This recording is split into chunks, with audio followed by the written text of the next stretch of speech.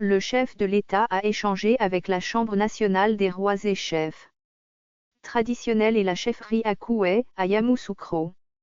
Le président de la République, S.M. Alassane Ouattara, a échangé, ce jeudi 1er octobre 2020, à Yamoussoukro, avec le directoire de la Chambre nationale des rois et chef traditionnel de Côte d'Ivoire, conduit par son président, Nanan Amon Tane, et la chefferie Akoué du district autonome de Yamoussoukro, accompagnée de celle des Nanafoué.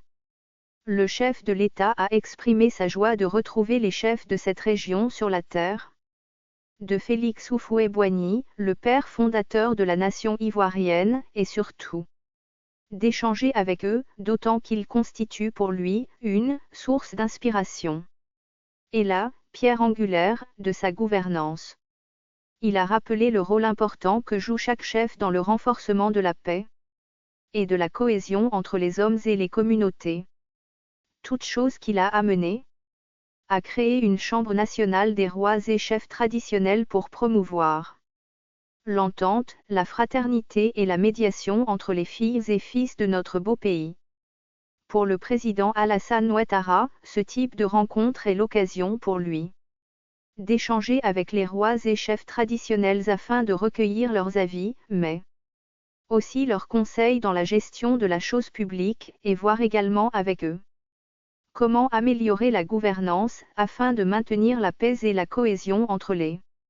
différentes communautés nationales et barobliques ou étrangères installées dans notre pays. Après avoir rappelé la situation difficile qu'a vécue la Côte d'Ivoire en 2010, il a indiqué que c'est au chef traditionnel et la commission Dialogue Vérité et Réconciliation, CDVR, qu'est revenue par la suite la lourde tâche de recoudre le tissu social déchiré, en montrant la voie de la paix et de la réconciliation. Aussi, les a-t-il remerciés pour leur contribution, inestimable et soutenue, à la consolidation de la paix et de la réconciliation, tout en leur exprimant toute sa gratitude pour leur soutien constant tout au long de sa mandature. Il a ajouté que tout ce qu'il a pu réaliser n'a été possible que dans un climat de paix, dont les rois et chefs traditionnels sont les artisans de premier plan.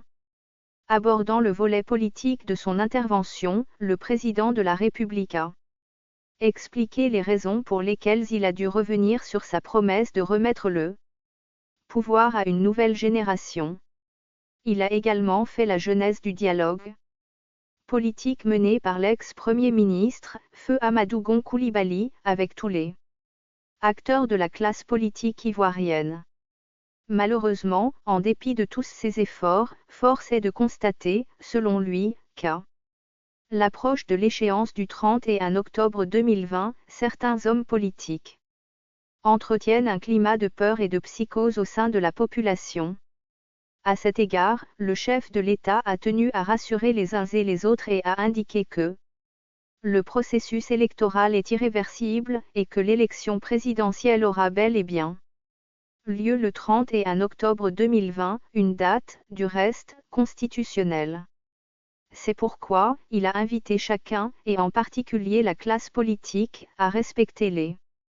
institutions et leurs décisions, car celles-ci s'imposent à chacun de nous. Dans ce cadre, il a exhorté les rois et chefs traditionnels à relayer ce message de droit et d'ouverture partout, dans leur localité et communauté dont ils ont la charge. Pour lui, notre pays a plus que jamais besoin de paix et de sérénité. C'est pourquoi il a préconisé la sérénité et le bon ton, tout en demandant aux uns et autres de faire de la préservation de la paix et de la stabilité une priorité, d'autant que la paix est un trésor à garder jalousement. Le président Alassane Ouattara a, par ailleurs, annoncé que la loi organique portant attribution, organisation et fonctionnement de la Chambre nationale des rois et chefs traditionnels de Côte d'Ivoire a été adoptée, ce jour, par une commission de l'Assemblée nationale, et que très bientôt, cette loi deviendra une réalité après adoption en plénière au Parlement.